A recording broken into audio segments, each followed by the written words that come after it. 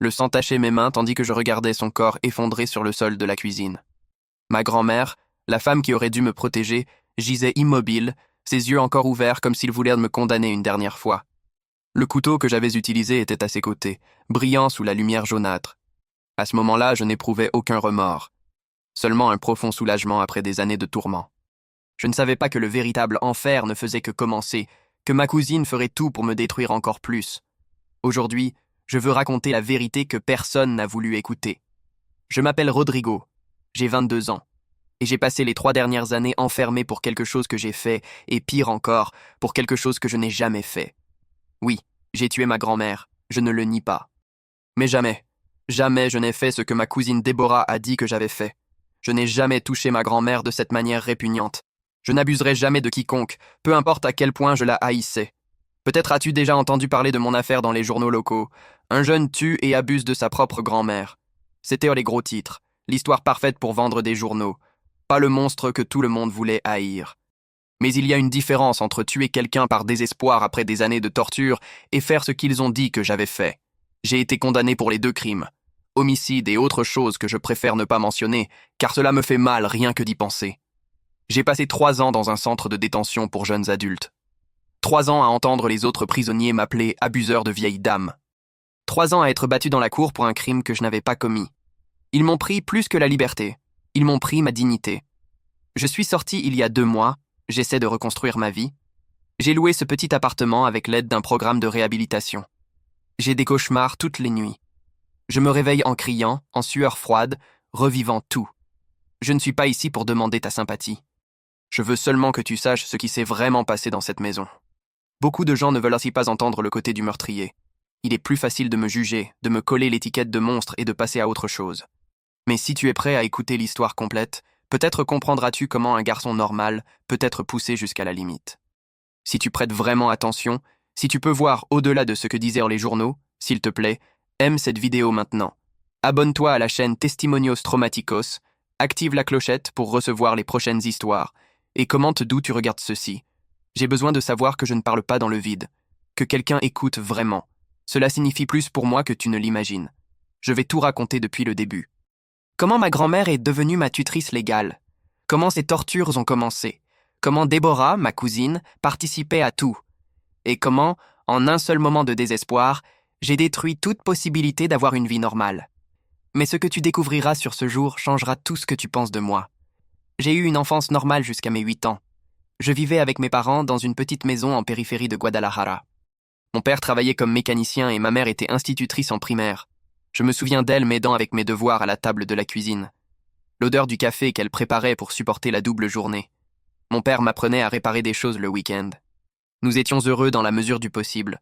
Tout a changé par une nuit pluvieuse quand j'avais 8 ans. Mes parents rentraient d'un dîner, quelque chose de rare pour eux. Un camion a perdu le contrôle sur la route mouillée et a percuté leur voiture de front. Aucun des deux n'a survécu. On m'a envoyé vivre avec ma grand-mère paternelle, Doña Concepción. Elle avait 62 ans quand elle m'a accueilli, veuve depuis plus d'1 décennie. Elle vivait seule dans une vieille maison de celles qui sentent l'humidité et avec des meubles recouverts de plastique pour les préserver. Au début, elle faisait semblant d'être la grand-mère affectueuse devant les travailleurs sociaux. Elle m'achetait des glaces quand ils venaient en vérifier comment j'allais, mais dès que la porte se fermait, tout changeait. « Tu es exactement comme ton père, un bonarien qui ne me cause que des problèmes », disait-elle en rangeant mon cartable pour l'école. « Si ce n'était pas pour toi, je voyagerais maintenant, profitant de ma retraite. » Les premières semaines, je pleurais toutes les nuits en appelant mes parents. Doña Concepción frappait à la porte de la chambre. « Tais-toi, morveux. Ils sont morts et ne reviendront pas. Plus vite tu l'acceptes, mieux c'est. » Peu à peu, je me suis rendu compte que ma grand-mère n'était pas seulement stricte ou vieux jeu, elle me haïssait activement. Elle haïssait devoir s'occuper de moi. Elle haïssait devoir dépenser de l'argent pour moi. Elle haïssait le son de ma voix, de ma respiration, de mon existence. La routine de torture a commencé de manière subtile. D'abord, les punitions disproportionnées. Si je faisais tomber un verre d'eau, je restais sans dîner. Si j'avais moins de 9 à l'école, je restais enfermée dans la chambre tout le week-end. Elle contrôlait jusqu'à combien de papier toilette je pouvais utiliser. 3 carrés suffisent amplement, porc, criait-elle, en comptant les rouleaux comme s'il s'agissait de lingots d'or. Mais le pire a commencé quand Déborah, ma cousine, a commencé à fréquenter plus la maison. Fille du frère de mon père, Déborah avait 5 ans de plus que moi. Alors que j'avais 9 ou 10 ans, elle était déjà une adolescente de 14 ou 15 ans. Pour une raison que je n'ai jamais comprise, ma grand-mère l'adorait. Peut-être parce que Déborah était tout ce que je n'étais pas à ses yeux. Obéissante, manipulable, prête à être d'accord avec tout. Déborah profitait de cette préférence. Quand elle venait à la maison de ma grand-mère, elle faisait semblant d'être mon amie, quand nous étions seuls. Rodrigo, allons jouer. J'ai un nouveau jeu. Le jeu impliquait généralement de m'humilier d'une manière ou d'une autre. Une fois, elle m'a convaincu de boire un verre de ce qu'elle disait être du soda, mais c'était un mélange de vinaigre et de sel. J'ai vomi pendant des heures. Quand j'ai eu 11 ans, ma grand-mère a décidé que Déborah devrait vivre avec nous. Son père avait des problèmes financiers et Doña Concepción a offert son aide, chose qu'elle ne ferait jamais pour moi. Maintenant, j'avais 2 personnes dans la maison pour me tourmenter. Tia Concepción, Rodrigo a touché tes affaires? Déborah mentait constamment juste pour me voir puni. À 13 ans, j'ai essayé de raconter à une enseignante ce qui se passait à la maison. Je lui ai montré les marques violettes sur mes bras quand ma grand-mère me tenait fermement pour me punir. Doña Concepción est une dame respectée dans la communauté, a dit l'enseignante incrédule. Je suis sûre que tu exagères. Les adolescents font souvent ça. Quand ma grand-mère l'a appris par la directrice de l'école qui était son amie depuis de nombreuses années que j'avais inventé des histoires sur elle, l'enfer a empiré. Elle m'a enfermé dans la cave pendant 2 jours entiers. Sans nourriture, seulement avec un seau pour faire mes besoins. Tu veux jouer la victime? Maintenant, je te donne une vraie raison de te plaindre, a-t-elle dit en fermant la porte. Déborah restait de l'autre côté de la porte, riant.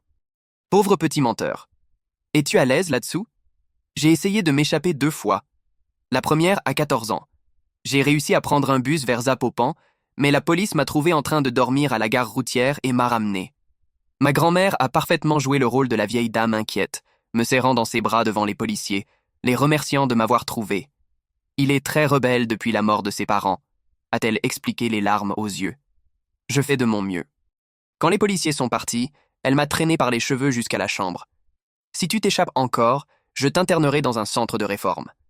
J'ai des amis qui peuvent faire que cela arrive. La deuxième tentative, à 16 ans, a été encore pire.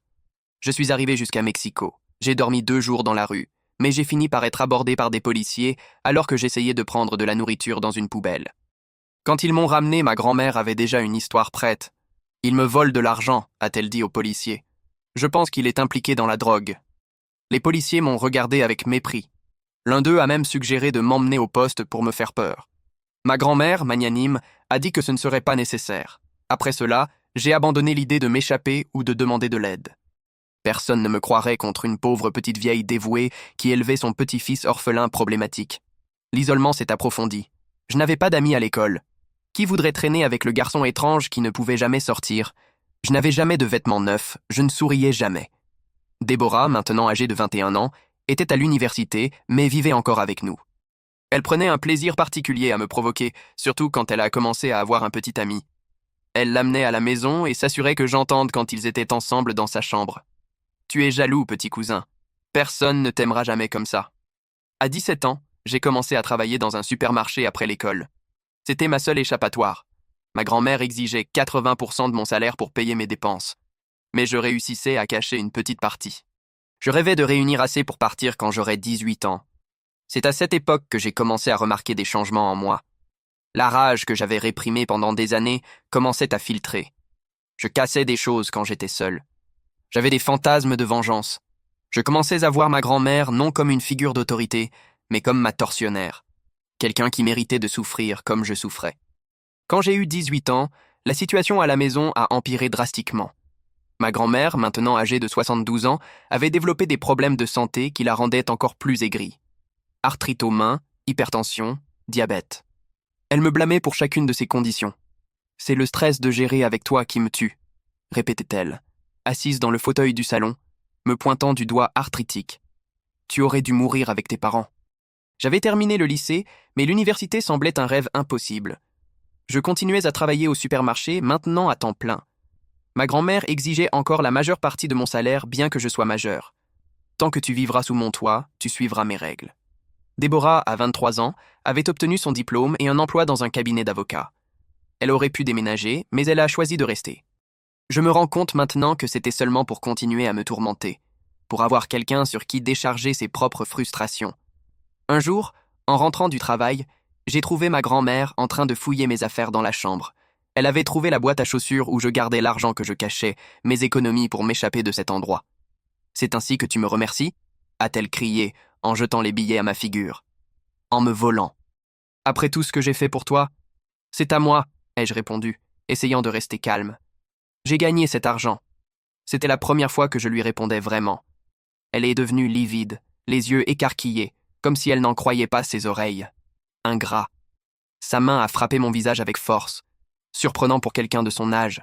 J'aurais dû te laisser pour que le gouvernement t'élève. Au moins, tu serais loin de moi. À ce moment-là, quelque chose en moi s'est brisé. Je n'ai pas réagi physiquement, pas encore, mais quelque chose a changé en moi. La fine ligne qui sépare les pensées des actions a commencé à s'estomper. Déborah est arrivée pendant la dispute et, comme toujours, elle a pris le parti de ma grand-mère. « Tu es pathétique, Rodrigo », a-t-elle dit, en me regardant avec mépris. « Tu devrais remercier à genoux tout ce que la grand-mère a fait pour toi. Cette nuit-là, je n'ai pas pu dormir. Je suis resté à fixer le plafond en imaginant ce que cela ferait de ne plus jamais entendre la voix de ma grand-mère. De ne plus jamais ressentir cette peur constante, cette tension qui n'avait jamais quitté mon corps depuis mes 8 ans. Les semaines suivantes ont été une spirale descendante. Au travail, j'ai commis des erreurs que je n'aurais normalement jamais commises. Mon manager m'a réprimandé plusieurs fois. « Tu es dans les nuages, garçon. » À la maison, ma grand-mère a intensifié la torture psychologique. Elle semblait sentir qu'elle perdait le contrôle sur moi et réagissait de la seule manière qu'elle connaissait, en augmentant la cruauté. Un jour, elle a pris la seule photo que j'avais de mes parents, une Polaroid d'eux souriant dans un parc avec moi petite au milieu, et l'a déchirée devant moi. « Arrête de vivre dans le passé, a-t-elle dit. Ils t'ont abandonné. Tu n'as que moi maintenant. » J'ai passé la nuit à recoller les morceaux avec du ruban adhésif en pleurant silencieusement. Cette photo était tout ce qui me restait d'eux. Ma seule preuve que j'avais un jour été aimé. Le lendemain, Déborah est entrée dans ma chambre sans frapper, comme elle le faisait toujours. Elle a vu la photo recollée dans ma main. Waouh, quelle chose déprimante. Elle a ri, encore en train de pleurer pour tes papis. Ils sont probablement heureux de s'être débarrassés de toi. Je me suis levé si vite qu'elle a eu peur et a fait un pas en arrière. Pour la première fois, j'ai vu de la peur dans ses yeux. Je n'ai rien fait. Je suis juste resté là, respirant difficilement, les mains tremblantes. « Tu es fou », a-t-elle dit, en sortant rapidement. « La grand-mère a raison à ton sujet. Cette même semaine, j'ai découvert quelque chose qui a tout changé. » Je nettoyais le grenier sur ordre de ma grand-mère quand j'ai trouvé une boîte avec de vieux documents, parmi eux, le testament de mon père. J'ai lu, choqué, qu'il avait laissé une assurance vie substantielle pour moi. L'argent devait être géré par ma grand-mère jusqu'à mes 18 ans, moment où il devait m'être transféré. J'avais 18 ans depuis des mois et je n'avais jamais su l'existence de cet argent. J'ai confronté ma grand-mère ce soir-là. « Où est l'argent de l'assurance de mon père ?» ai-je demandé directement pendant le dîner. Elle s'est figée un instant. Puis elle a repris son calme. « Quel argent ? Ton père n'a rien laissé. J'ai trouvé le testament dans le grenier. Je sais pour l'assurance vie. » Son visage s'est tordu de rage. « Cet argent a été utilisé pour t'élever, ingrat. Tu penses que c'était gratuit de te nourrir et de t'habiller toutes ces années ? Je veux voir les relevés. Cet argent est à moi de droit. » Elle s'est levée furieuse. « Tu n'as droit à rien dans cette maison. Rien. J'aurais pu te jeter dans un orphelinat, mais je t'ai accueilli. Et c'est ainsi que tu me remercies ?» Déborah, qui observait tout avec intérêt, est intervenue. « Grand-mère, ne te stresse pas pour lui. Ça n'en vaut pas la peine. » Mais ma grand-mère était hors d'elle. Elle est allée à la cuisine et est revenue avec une enveloppe jaunâtre. Elle l'a jetée sur la table. « Tu veux t'en savoir ? Regarde-la. L'argent est fini depuis longtemps. Je l'ai tout dépensé pour toi et pour cette maison. » J'ai ouvert l'enveloppe. C'étaient des relevés bancaires d'un compte dont j'ignorais l'existence. Ils montrèrent des retraits réguliers au fil des ans, mais aussi des transferts vers un autre compte. Un compte au nom de Déborah. « Pourquoi Déborah a-t-elle reçu de l'argent de mon assurance ?» ai-je demandé, sentant le sang bouillir. Ma cousine a pâli légèrement, mais ma grand-mère n'a pas bronché. Déborah a toujours été comme une vraie petite fille pour moi. Elle mérite de l'aide pour ses études, contrairement à toi, qui as à peine terminé le lycée. À ce moment-là, tout est devenu clair. L'argent qui aurait dû garantir mon avenir, qui aurait pu me donner une chance de m'échapper, avait été détourné vers ma cousine pendant que je travaillais au supermarché en remettant presque tout mon salaire à ma grand-mère. C'était elle. Elle finançait les études de Déborah avec l'argent de mon père. « Vous m'avez volé, ai-je dit, la voix presque disparue pendant toutes ces années. » Déborah a eu l'audace de rire. « Ne sois pas dramatique, Rodrigo. La grand-mère a seulement fait ce qui était le mieux. Tu n'aurais jamais profité de cet argent de toute façon. Je suis sorti de la maison cette nuit-là. J'ai marché sans but dans la ville. J'ai pensé à ne jamais revenir. Mais où irais-je avec le peu d'argent que j'avais caché? Je n'aurais même pas pu louer une chambre. Je suis revenu des heures plus tard, décidé à réunir des preuves du détournement d'argent et peut-être à chercher un avocat. Dans les jours suivants, ma grand-mère a commencé à me traiter de manière encore plus dégradante, comme si elle voulait me punir d'avoir découvert sa trahison. Un matin, alors que je me préparais pour aller au travail, elle a renversé accidentellement du café chaud sur ma jambe. Aïe, que je suis maladroite, a-t-elle dit, sans faire aucune tentative pour m'aider, pendant que je criais de douleur. Le soir, quand je suis rentré à la maison, j'ai trouvé ma chambre sans dessus-dessous. Mes quelques vêtements étaient éparpillés sur le sol, certains coupés avec des ciseaux. « Que s'est-il passé ici ?» ai-je demandé, bien que je connaisse déjà la réponse. « J'ai trouvé des rats dans ta chambre », a répondu ma grand-mère avec un sourire malicieux. « J'ai dû vérifier où ils se cachaient. » Déborah observait depuis la porte, clairement amusée. « Quelle pitié, petit cousin. Il semble que tu doives acheter de nouveaux vêtements. »« Ah, attends, tu n'as pas d'argent pour ça, n'est-ce pas ?» C'est alors que j'ai commencé à planifier ma sortie définitive, non seulement de la maison, mais de cette situation. J'ai commencé à enquêter sur l'assurance vie, sur mes droits légaux. J'ai découvert que je pourrais ouvrir une procédure contre ma grand-mère pour détournement de fonds. Une semaine plus tard, je suis rentré plus tôt du travail. Je voulais chercher plus de documents prouvant le détournement d'argent. Je suis entré silencieusement dans la maison et j'ai entendu des voix dans la cuisine. C'était ma grand-mère et Déborah en train de parler. Je me suis approché sans bruit. « Il devient dangereux, grand-mère », disait Déborah. « As-tu vu comment il m'a regardé l'autre jour ? J'ai peur de ce qu'il pourrait faire. »« Ne t'inquiète pas, » a répondu ma grand-mère. « J'ai déjà parlé au docteur Martinez. Il est d'accord pour que nous puissions interner Rodrigo si nécessaire. Il suffit de dire qu'il a des comportements violents, qu'il est un danger pour lui-même et pour les autres. Ça résoudrait tout, a dit Déborah, et je pouvais entendre le sourire dans sa voix. Enfin, nous pourrions nous débarrasser de lui et ce qui reste de l'argent serait tout à toi, chérie, a complété ma grand-mère, comme cela aurait dû l'être depuis le début. J'ai senti comme si j'avais reçu un coup dans l'estomac. Elle planifiait de m'interner dans une institution psychiatrique pour se débarrasser de moi et garder le reste de l'argent. Je suis sorti de la maison sans qu'elle me voie, et j'ai passé le reste de la journée à errer dans les rues, essayant de digérer ce que j'avais découvert. C'était un piège parfait. Qui me croirait contre une vieille dame et sa nièce exemplaire ? Le docteur Martinez était le médecin de famille depuis des années, ami personnel de ma grand-mère.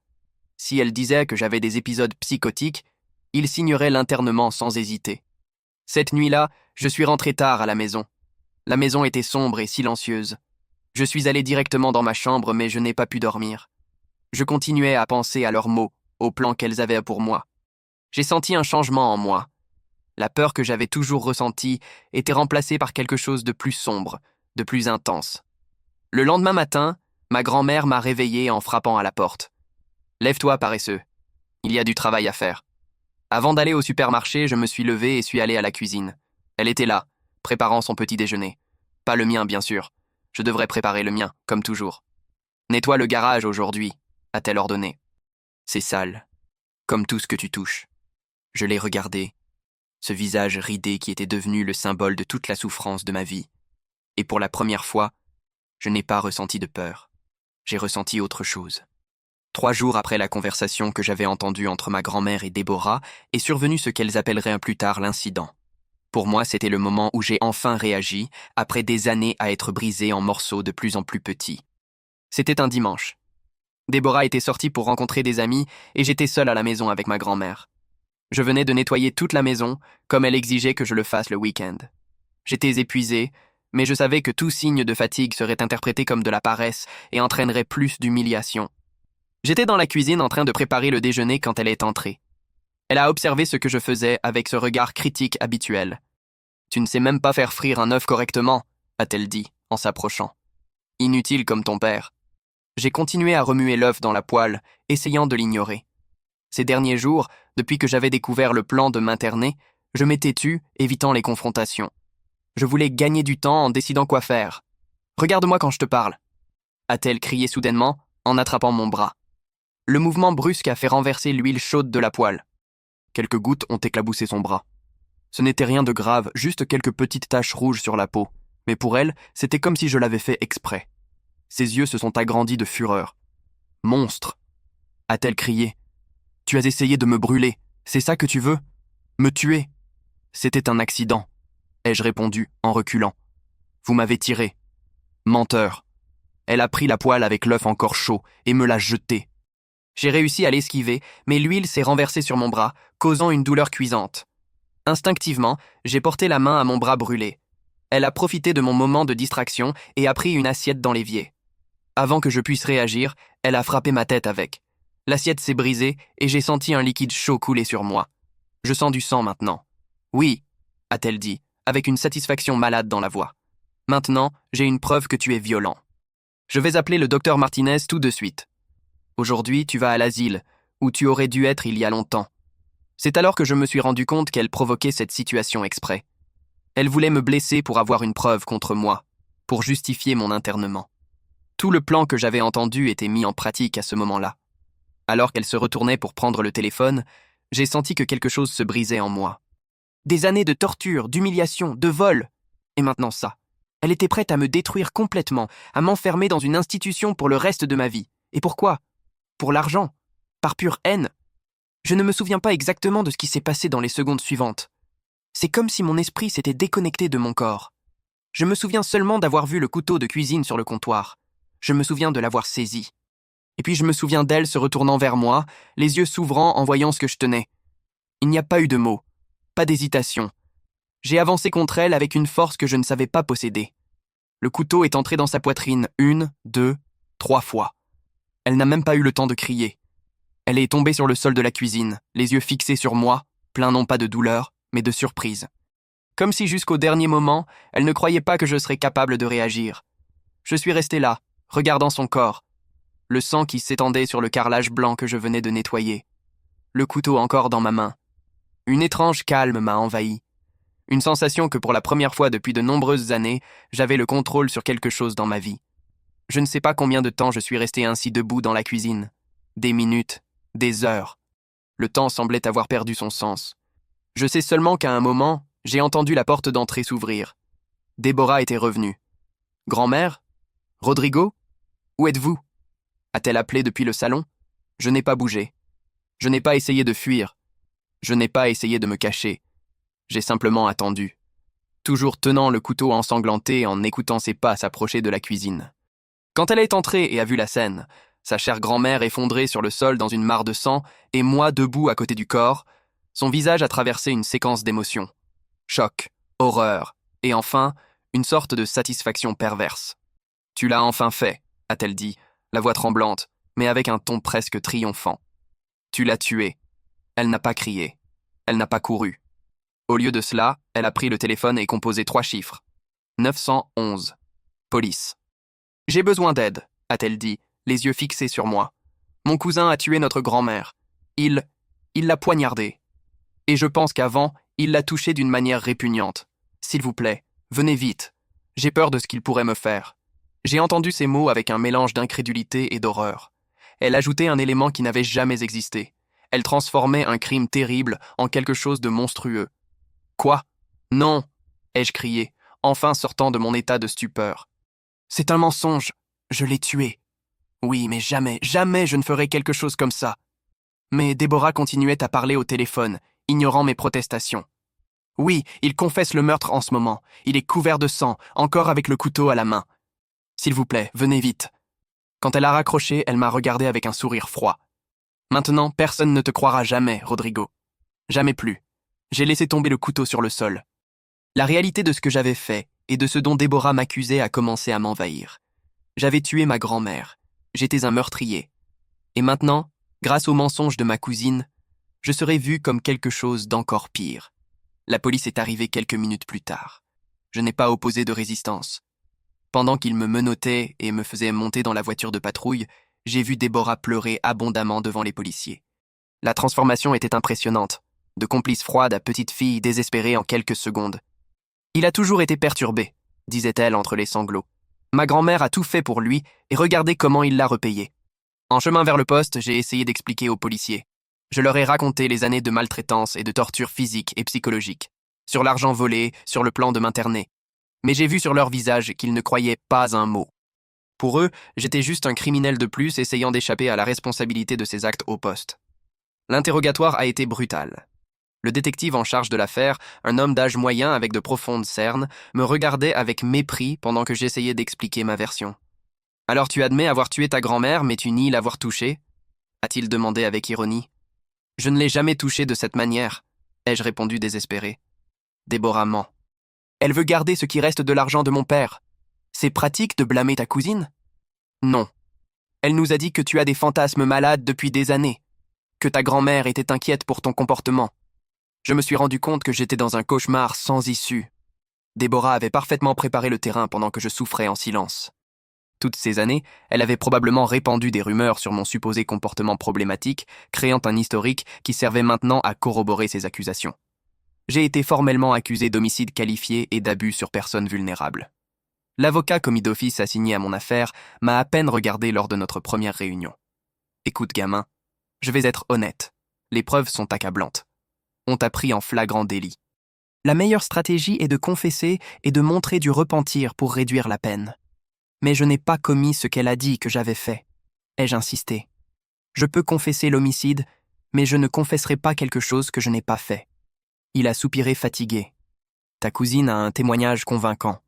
Elle dit qu'elle a trouvé des preuves dans la chambre de ta grand-mère et que la dame avait commenté des comportements inappropriés de ta part. Le médecin légiste a trouvé des hématomes sur les cuisses de la victime. Ça venait d'elle-même. Ai-je crié, perdant mon calme. Ma grand-mère avait des problèmes de circulation. Elle se blessait constamment sans s'en rendre compte. Demandez à son médecin. Son médecin a déjà témoigné en faveur de l'accusation, a-t-il répondu sèchement. Il a dit que ta grand-mère avait exprimé de la peur de toi ces derniers mois, le docteur Martinez. Bien sûr qu'il témoignerait contre moi. C'était parti du plan depuis le début. La conspiration était plus large et plus élaborée que je ne l'imaginais. Le procès a été rapide et dévastateur. Déborah a pleuré au banc des témoins en décrivant comment elle avait trouvé la scène du crime. Comment elle soupçonnait depuis longtemps mon comportement malade, mentionnant avoir trouvé des sous-vêtements de ma grand-mère dans ma chambre quelques jours avant. Un mensonge absurde que je n'avais aucun moyen de réfuter. Des voisins ont témoigné avoir entendu des cris provenant souvent de la maison.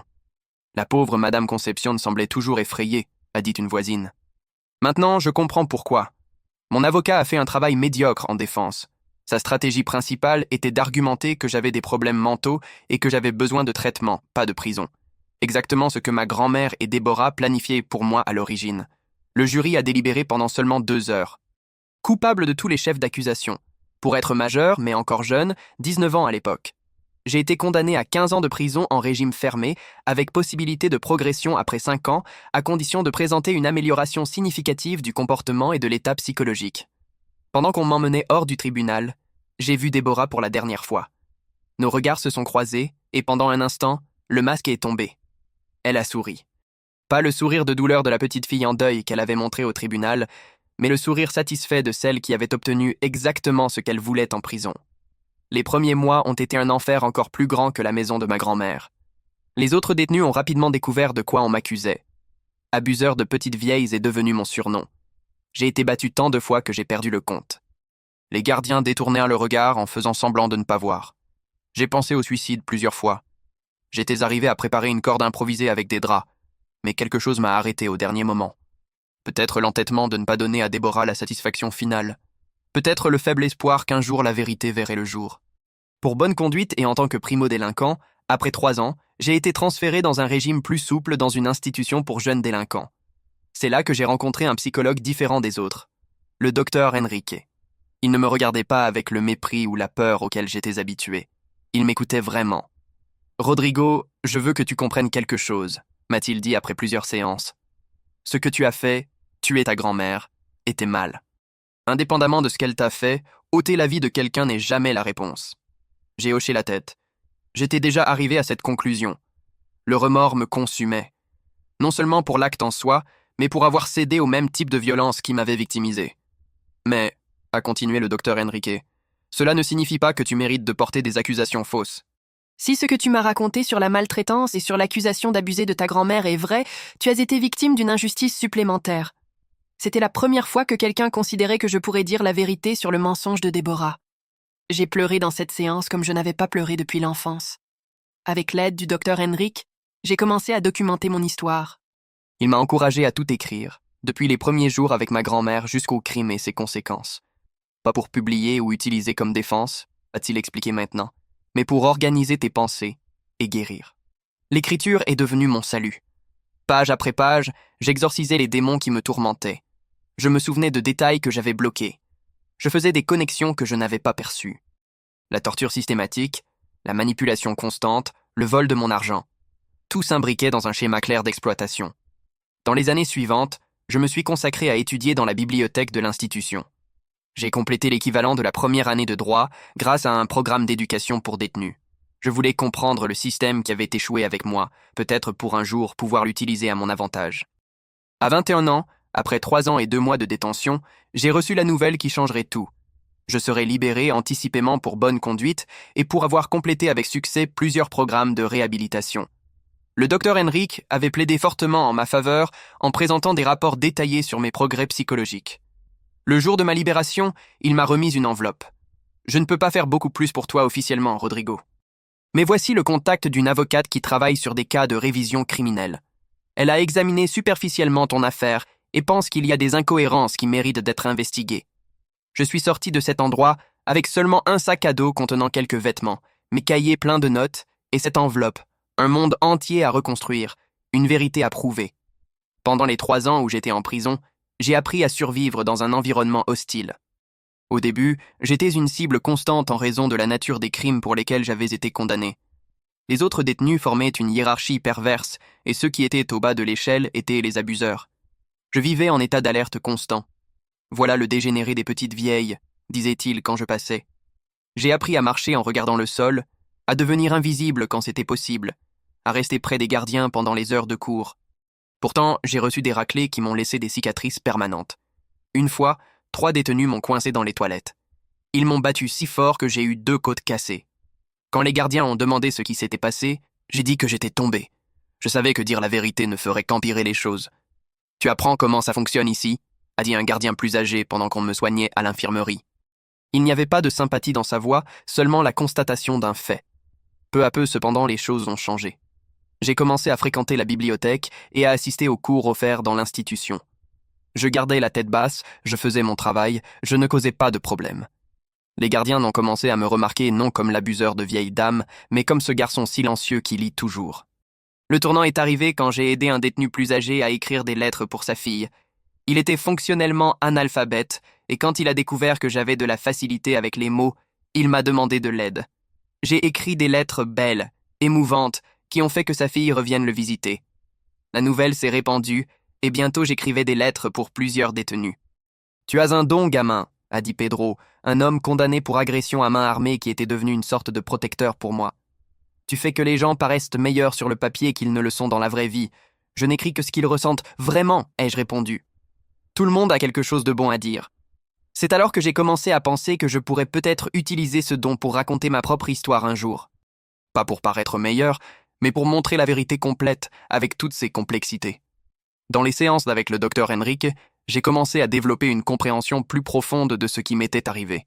« Tu as été victime de tortures prolongées », m'a-t-il expliqué. « Ce qui s'est passé le jour où tu as tué ta grand-mère est ce qu'on appelle une réponse de stress aiguë. Des années de trauma accumulés ont explosé d'un coup. Est-ce que ça me rend moins coupable ?» ai-je demandé. « Il ne s'agit pas de culpabilité ou d'innocence au sens légal », a-t-il répondu soigneusement. « Tu as ôté une vie, et cela a des conséquences. Mais comprendre le contexte est crucial pour ta récupération, et pour éviter que quelque chose comme ça ne se reproduise. Nous avons beaucoup travaillé sur ma colère contre ma grand-mère, qui même morte, continuait à exercer du pouvoir sur moi. La colère contre Déborah, qui avait détruit toute chance de rédemption que j'aurais pu avoir. La colère contre un système qui avait échoué à me protéger quand j'étais enfant, et qui avait échoué à nouveau en me jugeant injustement. La colère est comme un acide, a dit le docteur Henrik. Elle peut être utile pour dissoudre les obstacles, mais si tu la gardes à l'intérieur, elle finit par te corroder de l'intérieur lentement, douloureusement. J'ai appris à canaliser cette colère en quelque chose de productif. J'étudiais avec une intensité qui surprenait même les professeurs du programme éducatif. Tu aurais pu aller dans une bonne université, a commenté ma professeure de littérature après avoir lu un essai que j'avais écrit. Je le peux encore, ai-je répondu avec une détermination que je n'avais pas ressentie depuis avant la mort de mes parents. Quand je suis sorti de prison il y a 2 mois, le monde semblait immense et terrifiant. La liberté tant rêvée venait accompagnée d'une peur paralysante. Où irais-je? Que ferais-je? Qui m'accepterait en connaissant mon passé? Un programme de réinsertion m'a aidé à trouver ce petit appartement et un travail dans une imprimerie. Le travail consiste à opérer une machine à couper le papier. Mais le propriétaire, M. Gutiérrez, connaît mon histoire et m'a quand même donné une chance. Tout le monde mérite de recommencer. M'a-t-il dit le premier jour. Ne gaspille pas cette opportunité. Je ne compte pas la gaspiller. Dans mon temps libre, je continue à étudier. Je me suis mis en contact avec l'avocate que le docteur Enrique m'a recommandée. Maître Lucia. Elle a examiné mon affaire, et bien qu'elle ne puisse rien promettre, elle croit qu'il y a des éléments pour questionner l'accusation que ma cousine a portée contre moi. Le rapport médical est inconclusif, m'a-t-elle expliqué lors de notre première réunion. Les hématomes pourraient avoir plusieurs origines, y compris des problèmes circulatoires, comme tu l'as mentionné. Et il y a des incohérences dans le témoignage de ta cousine. L'espoir est quelque chose de dangereux pour quelqu'un comme moi. J'ai appris à ne pas lui faire confiance. Mais quand même, je sens une petite flamme s'allumer en moi quand je pense à la possibilité de blanchir mon nom, au moins de cette accusation. Je ne cherche pas une absolution complète. J'ai tué ma grand-mère. C'était mal, indépendamment de ce qu'elle m'a fait. Si je pouvais revenir en arrière, je serais simplement sorti de cette maison, j'aurais dénoncé le détournement d'argent, cherché de l'aide légale. Il y aurait eu d'autres chemins qui n'impliquaient pas de violence. Je porte ce remords avec moi tous les jours. Je me réveille au milieu de la nuit, en sueur froide, revivant ce moment dans la cuisine, voyant le sang s'étendre sur le sol blanc, sentant le poids du couteau dans ma main, entendant son dernier soupir. Je rêve aussi fréquemment de mes parents. Dans le rêve, ils me regardent avec des expressions que je ne peux pas déchiffrer. Déçus, compréhensifs. Je ne sais jamais, je me réveille de ces rêves en pleurant. Je n'ai pas eu de contact avec Déborah depuis le procès. D'après ce que j'ai appris par maître Lucia, elle a vendu la maison de ma grand-mère et a déménagé dans une autre ville. Probablement avec ce qui restait de l'argent de mon père. Parfois, je me demande si elle peut dormir la nuit en sachant le mensonge qu'elle a raconté, la vie qu'elle a aidé à détruire. D'autres fois, je pense à ce que je lui dirais si nous nous rencontrions à nouveau. Dans mes moments les plus sombres, j'imagine la confronter, la faire confesser. Dans les moments plus lucides, je me rends compte que le mieux que je puisse faire est d'aller de l'avant, de reconstruire ma vie loin d'elle et de tout ce qu'elle représente. Je participe à un groupe de soutien pour ex-détenus. Là, j'ai trouvé des personnes qui comprennent ce que c'est de porter le poids d'une erreur terrible, qui savent ce que c'est d'essayer de reconstruire une vie quand la société t'a déjà étiqueté comme monstre. La culpabilité ne disparaît jamais complètement, a dit un homme plus âgé dans le groupe, condamné pour avoir tué quelqu'un dans un accident de voiture en conduisant ivre. Mais tu apprends à la porter d'une manière qui ne t'écrase pas tous les jours. C'est ce que j'essaie d'apprendre, à porter ma culpabilité sans être complètement écrasé par elle. Accepter que j'ai fait quelque chose de terrible sans permettre que cela définisse qui je suis ou en qui je peux me transformer. Quant à l'accusation fausse, la recherche de la vérité est plus compliquée. Même si maître Lucia parvient à prouver que cet abus n'a jamais eu lieu, cela n'effacera pas les années d'humiliation en prison. Les raclés, l'étiquette que je porte. Certaines tâches ne s'enlèvent pas, peu importe combien on frotte. Mais peut-être qu'il ne s'agit pas d'effacer complètement le passé. Peut-être qu'il s'agit de ne pas permettre qu'il contrôle mon avenir, de trouver dans les décombres de la personne que j'étais du matériel pour construire quelqu'un de meilleur. Si tu es arrivé jusqu'ici et que tu as vraiment compris ce que j'ai traversé, s'il te plaît, aime cette vidéo maintenant. Abonne-toi à la chaîne Testimonios Traumaticos. Active la clochette pour recevoir plus d'histoires comme la mienne. Et commente quelle heure il est pendant que tu regardes ceci.